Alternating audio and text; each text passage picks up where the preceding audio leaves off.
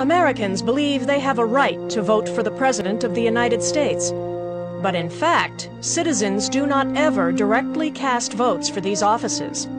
They cast votes for electors, who in turn elect the President. At the Constitutional Convention, there was heated debate on how to select the executive. Some wanted Congress to appoint the President. Others wanted the state legislatures to do it. Still others wanted the President to be directly elected through a popular vote. James Wilson of Pennsylvania was the first to propose the system we now call the Electoral College. Each state would appoint a number of presidential electors equal to their representation in Congress.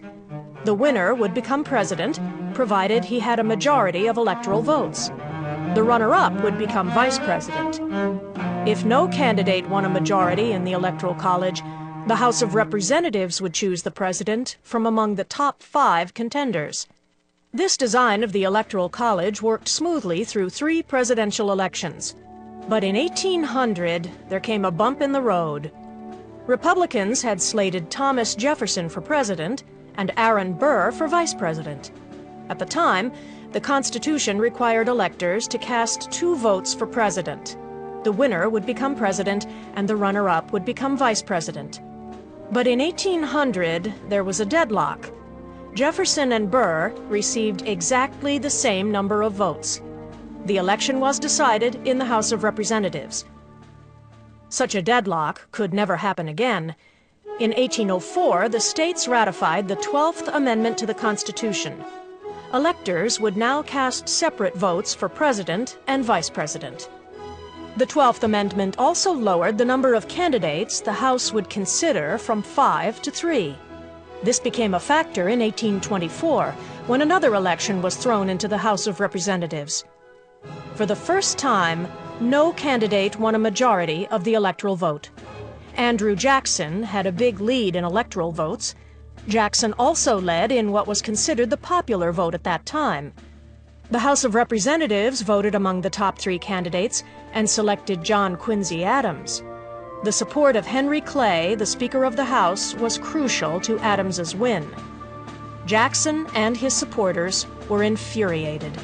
They believed that Adams won because he had promised to appoint Clay Secretary of State. Jackson called it a corrupt bargain and made the alleged deal between Adams and Clay a campaign issue in 1828, when Jackson won by a landslide. Another challenge came in 1876. Democrat Samuel Tilden won the popular vote. He was leading in the Electoral College until results from South Carolina, Louisiana, and Florida appeared to give the victory to the Republican, Rutherford B. Hayes.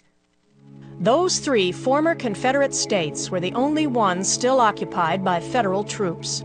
Those troops remained to enforce Reconstruction voting laws. Tilden accused the Republican officials of those states of stealing the election for Hayes when conflicting electoral vote counts were submitted. In the face of this unprecedented claim of fraud, the Electoral College result was in doubt.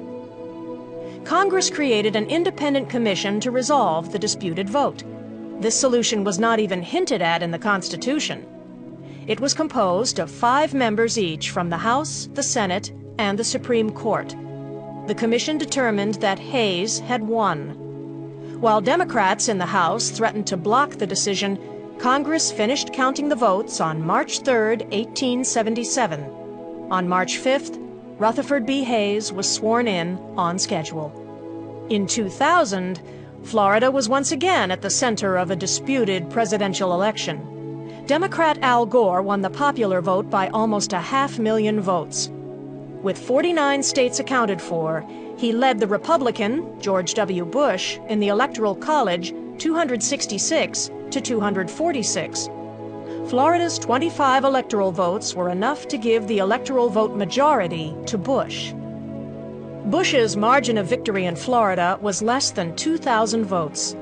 Gore challenged the outcome, asking for manual recounts in 4 heavily Democratic counties. The Florida Supreme Court, arguing that the need for accuracy must be weighed against the need for finality, ordered a statewide manual recount. the U.S. Supreme Court overruled the Florida court, holding that with no uniform standard to judge voter intention, a statewide manual recount would violate the 14th Amendment's Equal Protection Clause. The court's decision was greeted by a furor of protest from Democrats, but Gore agreed to abide by its decision, and George W. Bush was declared the victor more than a month after Election Day. As James Madison explained in Federalist 39, the president is indirectly derived from the choice of the people, according to the example in most of the states. The Electoral College is an example of the American commitment to popular sovereignty, as well as the federal character of the Constitution.